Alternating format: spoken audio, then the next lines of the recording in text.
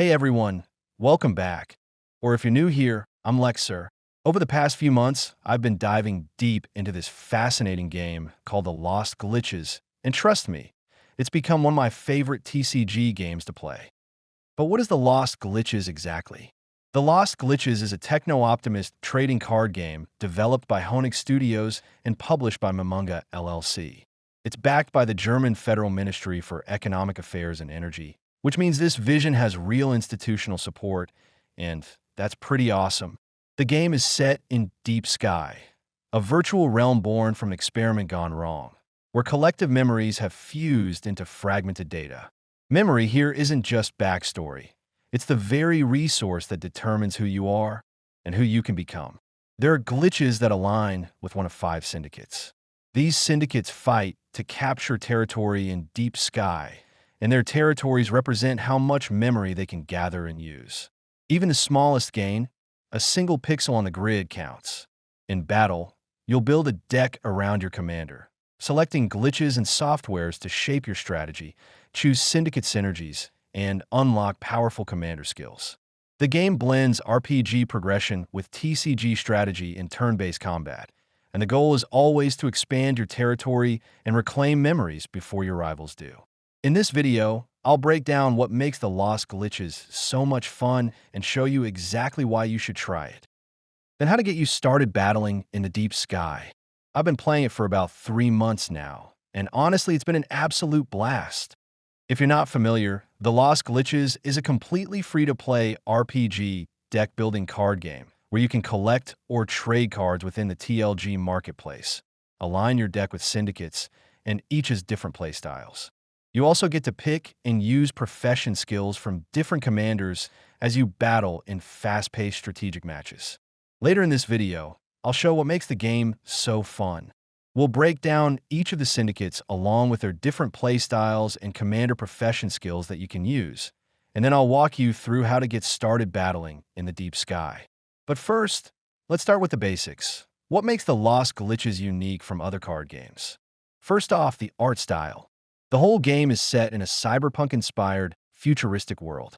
Every card feels like a slice of this world, with characters, syndicates, and environments that are brought to life in bold, glitchy, techno-futuristic designs. Now, of course, no trading card game is complete without solid deck building. When you start building a deck, you're not just picking random cards. You're shaping your strategy around your chosen syndicates and commander profession skills. Each syndicate has its own playstyle, so your deck will naturally lean towards certain strengths, whether that's aggression, defense, or clever combos. On top of that, you could use commander profession skills, which give your deck unique abilities and can completely change how you approach a match. Right now, there are 3 main commander professions you can choose from, and each one adds a completely different layer of strategy to your deck. The first is the hacker profession. Hackers specialize in digital disruption. Their skills let you interfere with your opponent's resources, mess with their game plan, and create openings for your own plays.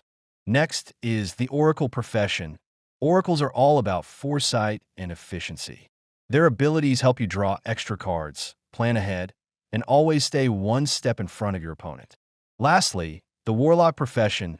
Warlocks lean into high-risk, high-reward gameplay.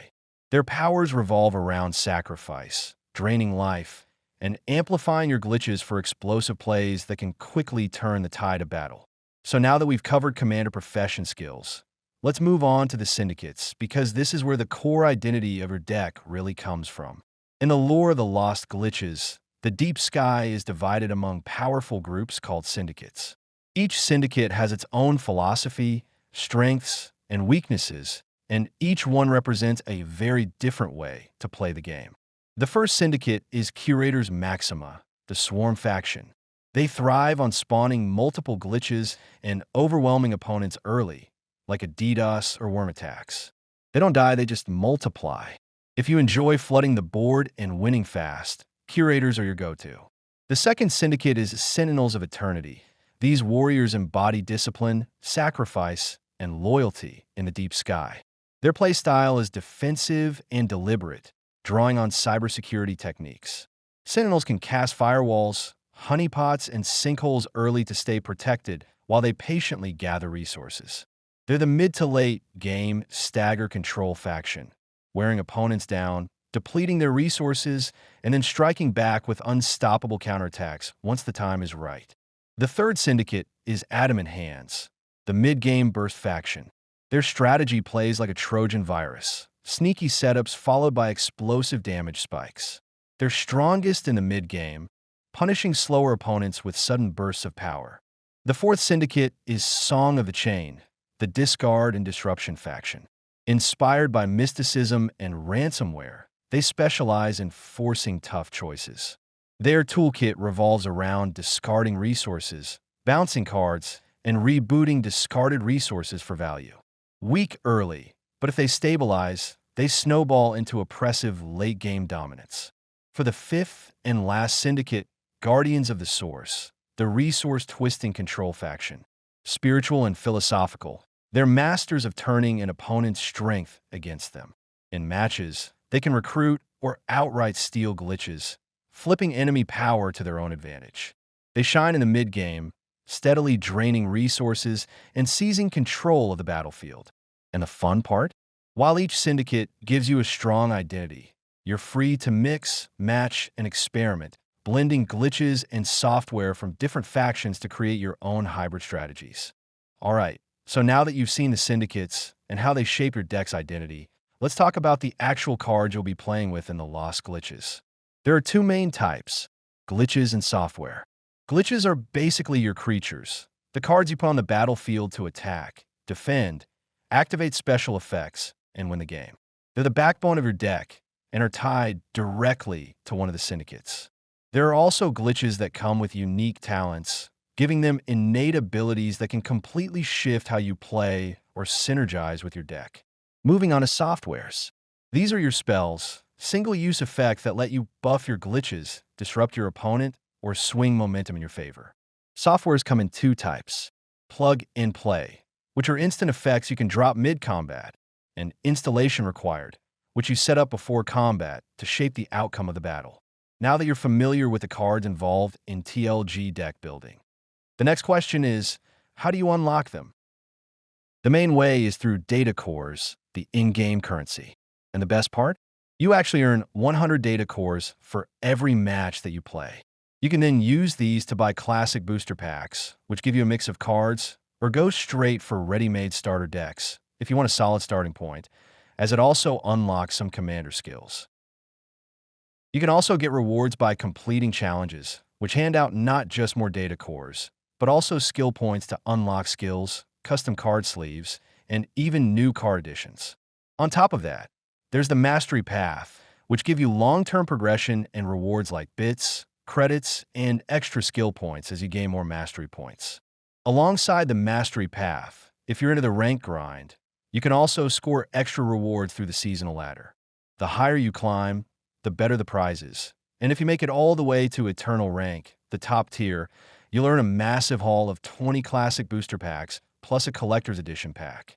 It's a great incentive that makes every season worth pushing for, especially if you're competitive and want to keep expanding your collection. And when you tie it all together with the crafting system to compile cards you don't have or decompile duplicates for bits to unlock the exact cards you want, and you've got one of the most free-to-play, friendly systems out there, always giving you something new to work toward without spending a dime.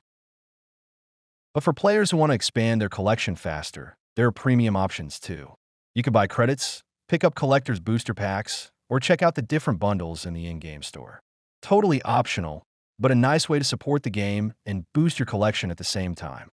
There's also the Lost Glitches Hub, which acts as your central dashboard outside the game. Here you can see all the cards you own, check out starter decks, open your packs, and view your profile stats. You can even make your decks public by sharing your profile URL in-game, so others can check out your created decks and strategies without manually copying deck IDs. The hub also connects directly to the marketplace, which runs on the Zai token. Here, you can buy, sell, and trade cards with other players, giving your collection real value beyond just the matches you play. And the best part? Thanks to the built-in smart wallet, you don't need to worry about complicated crypto setups. You can just buy Zai directly with your card, and the smart wallet handles everything in the background, making trading super simple and beginner-friendly. One important note, though, if you want to trade cards in the marketplace, make sure you're picking up the tradable edition cards, which are only available through the hub, not in-game. Just something to keep in mind if trading and selling cards is your goal. Best of all, the Lost Glitches is completely free to play, and you can jump right in on Steam or the Epic Games Store. And if you really want to level up your experience, join the official TLG Discord. See you in the deep sky.